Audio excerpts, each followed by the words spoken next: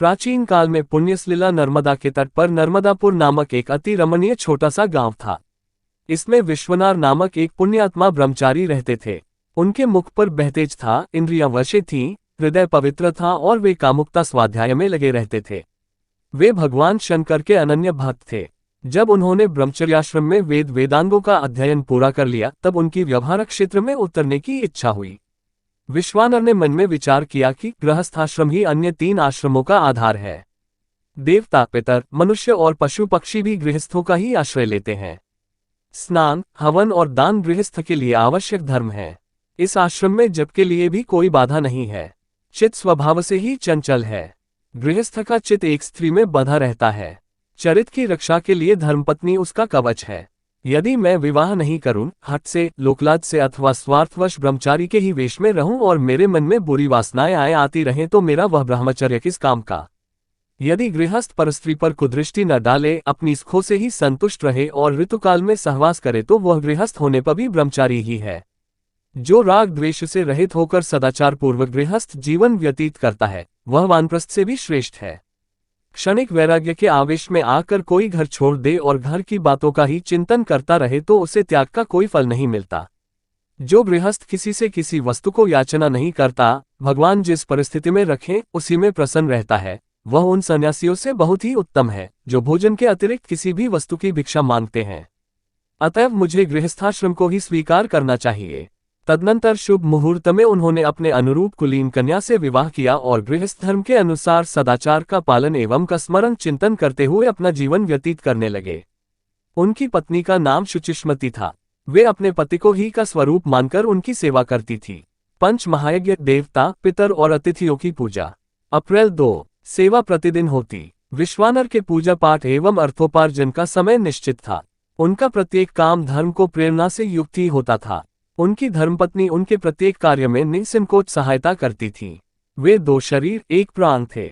उनका जीवन सुखमय था। का प्रेम दोनों के हृदय से छलकता रहता था। इस प्रकार बहुत दिन बीत गए। संतान न होने से शुचिष्मति का मन दुखी रहता था।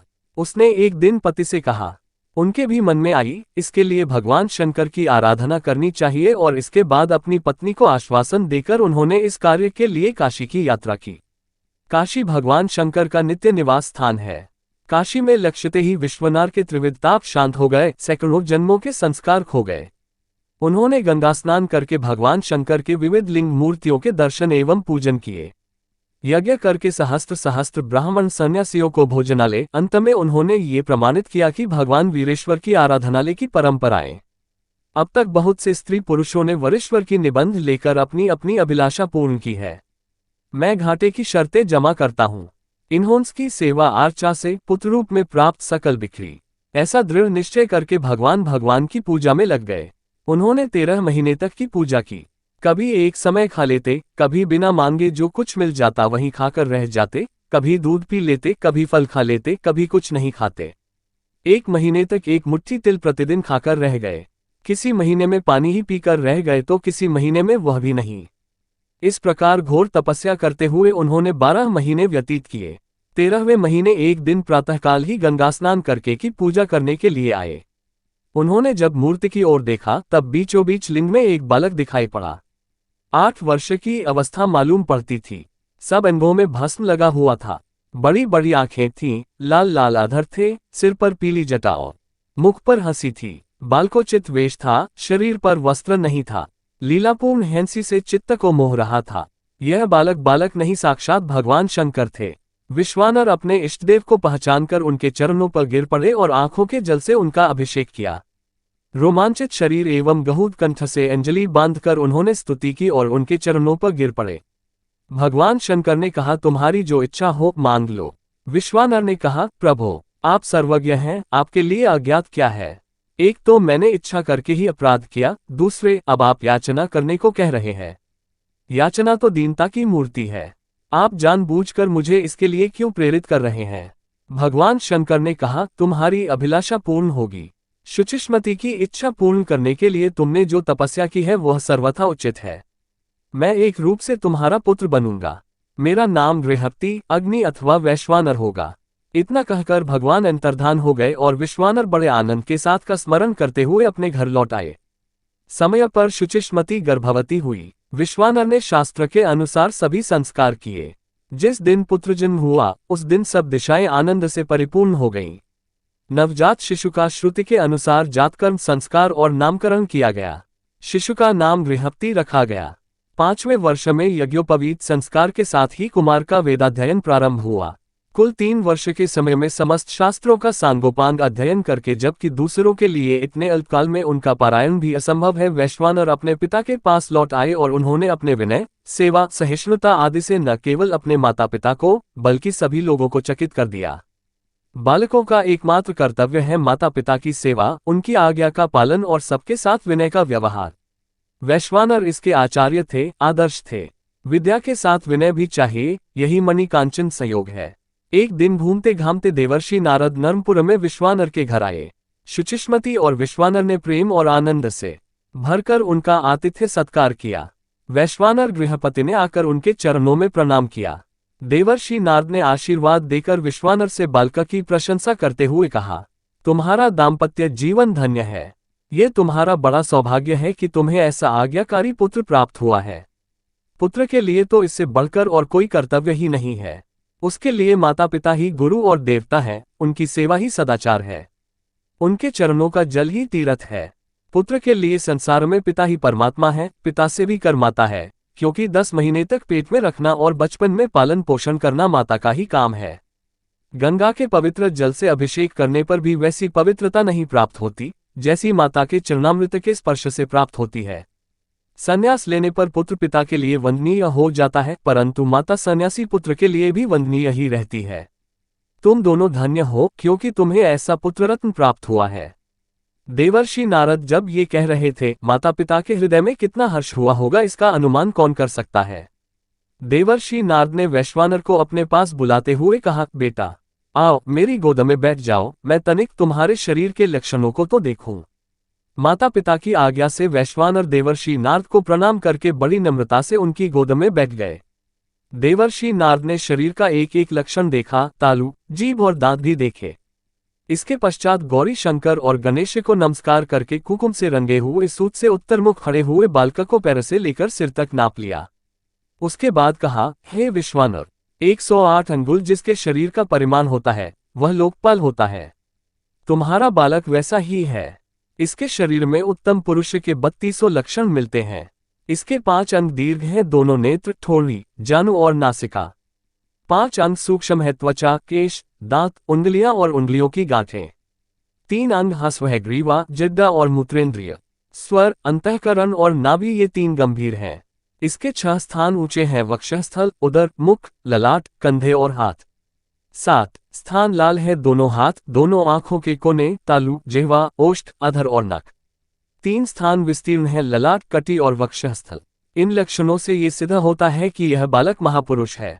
देवर्षि नारद ने इनके अतिरिक्त माता पिता को और भी बहुत से लक्षण दिखाए जिनसे इस बालक की असाधारणता सिद्ध होती थी। माता पिता सुनते सुनते अघाते न थे। वे चाहते थे देवर्षि और कुछ कहें। देवर्षि ने भी अपनी ओर से कोई बात उठा न रखी।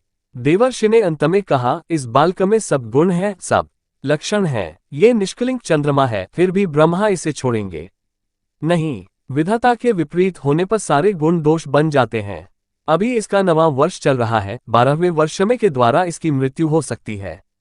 इतना कहकर देवर्षि नारद आकाशमार्ग से चले गए। माता पिता के हृदय पर तो मानो वज्रपात हो गया। वैश्वानर ने देखा, मेरे माँ बाप बहुत दुखी हो रहे हैं।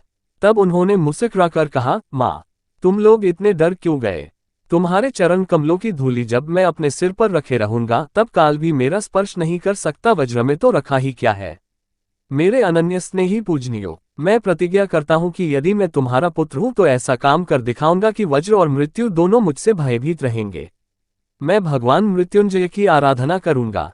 वे काल के भी काल है, उनकी कृपा से कुछ भी असंभव नहीं है। वैश्वानर की वाणी क्या थी, अमृत की वर्षा थी। माता पिता का हृदय शीतल हो गया, उनके सुख की सीमा न रही। वे बोले, बेटा भगवान शंकर बड़े दयालु हैं। उन्होंने एक नहीं अनेकों की रक्षा की है।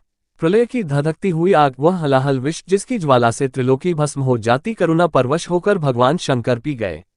उनसे बढ़कर दयालु और कौन हो सकता है। जाओ तुम उन्हीं की शरण में जाओ। उनका आराधन ही जीवन की पूर्णता है। वैश्वानर ने पिता माता के चरणों में प्रणाम किया, उन्हें आश्वासन दिया और प्रदक्षिणा करके काशी की यात्रा की। वैश्वानर का हृदय काशी के दर्शन मात्र से खिल उठा। मणिकर्णिका घाट पर स्नान करके विश्वेश्वर का दर्शन किया। इतना सुंदर, इतना मनोहर दर्शन, मानो परमानंद ही उस लिंग के रूप में प्रकट हो गया हो। वैश्वानर ने सोचा, मैं धन्य हूँ त्रिलोकी के सार सर्वस्व शंकर का दर्शन करके। मेरा बड़ा सौभाग्य है कि मैं अपने प्रभु के दर्शन से सनात हुआ। देवर्षि नारद ने मुझ पर बड़ी कृपा की, जिससे जीवन का ये परम लाभ मुझे प्राप्त हुआ। मैं अब कृतकृत्य हूँ। वैश्वानर के हृदय में आनंदमय भावों की बाढ़ आ गई। भगवान की भक्ति का रहस्य भगवान ही जानते हैं। अल्पज्ञ जीव अनंत प्रेमार्णव की एक सीकरी भी तो कल्पना नहीं की जा सकती। इसी से करुणा पर भगवान भक्त के वेश में आते हैं। भक्त कभी भगवान से विभक्त नहीं होते। भगवान भक्त के हृदय में प्रकट होकर प्रेम की लीला करते हैं। भक्त के रूप में दोनों में एक ही बात है। आज साक्षात शंकर भी लोहिया के कल्याण के लिए भक्तों का साथ साथ रह रहे हैं। यह उनके लिए तो एक लीला है, लेकिन पवित्रता के लिए भक्ति भावना का, सार्जे का एक सुंदर आदर्श है। इस मार्ग पर सद्भावना कौन नहीं अपना कल्याण साधन कर सकता है। वैश्वानर ने शुभ उत्सव में शिवलिंग की स्थापना की। पूजा के बड़े कठोर नियम स्वीकृत। प्रतिदिन गंगा जी से 108 घड़े जल लाकर चढ़ाना, 1008 नीले कमलों की माला चढ़ाना, 6 महीने तक सप्ताह में एक बार कंदमूल खाकर रह जाना, 6 महीने तक सूखे पत्ते खाना, 6 महीने तक जल और 6 महीने तक केवल हवा के आधार पर रहना। जब पूजा पाठ, निरंतर भगवान शंकर का चिंतन, सरल हृदय भक्ति भावनाओं से परिपूर्ण। कभी की कर्पूर धवल भस्मभूषित सर्प परिवेष्टित दिव्य मूर्ति का ध्यान, तो कभी करुणापूर्ण हृदय से गहूत प्रार्थना। 2 वर्ष बीत गए पलक मारते मारते। सुख के दिन, सौभाग्य के दिन यूं ही बीत जाया करते हैं। एक दिन जब वैश्वानर का 12वां वर्ष चल रहा था, मानो नारद जी की बात सत्य करने के लिए हाथ में वज्र लिए हुए इंद्र आए। उन्होंने कहा, वैश्वानर, मैं तुम्हारी नियम निष्ठा से प्रसन्न हूँ। तुम्हारे हृदय में जो अभिलाषा हो मुझसे कहो, मैं उसे अवश्य पूर्ण करूंगा। वैश्वानर ने बड़े ही कोमल स्वर में कहा, देवेंद्र, मैं आपको जानता हूँ, आप सब कुछ कर सकते हैं, परंतु मेरे स्वामी तो एकमात्र भगवान शंकर हैं। मैं उनके अतिरिक्त और किसी से वर नहीं ले सकता। इंद्र ने कहा, बालक, तू मूर्खता क्यों कर रहा है? मुझसे भिन्न शंकर का कोई अस्तित्व नहीं है। मैं ही देवाधिदेव हूँ। जो तुझे चाहिए मुझसे मांग ले। वैश्वानर ने कहा, इंद्र, आपका चरित्र किससे छिपा है? मैं तो शंकर के अतिरिक्त और किसी से वर नहीं मांग सकता। इंद्र का चेहरा लाल हो गया। उन्होंने अपने हाथ में स्थित भयंकर वज्र से वैश्वानर को डराया। वज्र की भीषण आकृति देखकर, जिसमें से विद्युत की लपटें निकल रही थीं, वैश्वानर मानो मूर्छित हो गए। ठीक इसी समय भगवान गौरीशंकर ने प्रकट होकर अपने कर कमलों के अमृतमय संस्पर्श से वैश्वानर को उज्जीवित करते हुए कहा, बेटा, तुम्हारा कल्याण हो। उठो उठो, देखो तो सही तुम्हारे सामने कौन खड़ा है। उस सुधा मधुर वाणी को सुनकर वैश्वानर ने अपनी आंखें खोली और देखा कि कोटि कोटि सूर्य के समान प्रकाशमान भगवान शंकर सामने खड़े हैं। ललाट पर लोचन, कंठ में कालिमा, बाईं ओर जगत जननी पार्वती। जटा में स्थित चंद्रमा की किरणें आनंद की वर्षा कर रही थीं।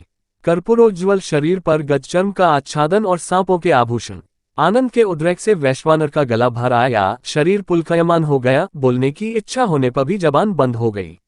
वैश्वानर चित्रलिखे की भांति स्थिर हो गया, अपने आप को भी भूल गया। न नमस्कार, न स्तोत्र और न तो प्रार्थना। एक ओर गौरी शंकर और दूसरी ओर वैश्वानर। वैश्वानर चकित था, भगवान शंकर मुस्कुरा रहे थे। भगवान शंकर ने मौन भंग किया। वे बोले, बाल वैश्वानर, क्या तुम इंद्र का वज्र देखकर भयभीत हो गए? डरो मत, मैंने ही इंद्र का रूप धारण करके तुम्हें परखना चाहा था। जो मेरे प्रेमी भक्त हैं, वे तो मेरे स्वरूप ही हैं और तुम तो मेरे स्वरूप हो ही। इंद्र, वज्र अथवा यमराज मेरे भक्त का बाल भी बांका नहीं कर सकते। तुम्हारी जो इच्छा हो वह मैं पूर्ण कर सकता हूँ। तुम्हें मैंने अग्नि का पद दिया, तुम समस्त देवताओं के मुख बनोगे। सब देवता तुम्हारे द्वारा ही अपना अपना भाग ग्रहण कर सकेंगे। समस्त प्राणियों के शरीर में तुम्हारा निवास होगा। पूर्व दिशा के अधिपति इंद्र हैं और दक्षिण दिशा के यमराज। तुम दोनों के बीच में दीपाल रूप से निवास करो। तुम आज से आग्नेय कोण के अधिपति हुए। अपने पिता, माता और बंधुजनों के साथ विमान पर चढ़कर तुम अग्निलोक में जाओ और अपने पद के अनुसार कार्य करो। भगवान शंकर के इतना कहते ही वैश्वानर के माता पिता, बंधु बांधव सब वहां उपस्थित हो गए। सबके साथ भगवान शंकर के चरणों में नमस्कार करके वैश्वानर अग्नि अपने लोक को चले गए और भगवान शंकर उसी लिंग में समा गए जिसकी पूजा वैश्वानर किया करते थे। भगवान शंकर ने स्वयं उस लिंग की बड़ी महिमा गाई है। आई थिंक कि यह सच्ची कहानी आपको अच्छी लगी होगी। यदि अच्छी लगी है तो हमारे चैनल को लाइक कमेंट सब्सक्राइब करें। मिलते हैं एक ऐसी सत्य और रोचक घटना के साथ नेक्स्ट अगले वीडियो में। तब तक के लिए जय श्री राम।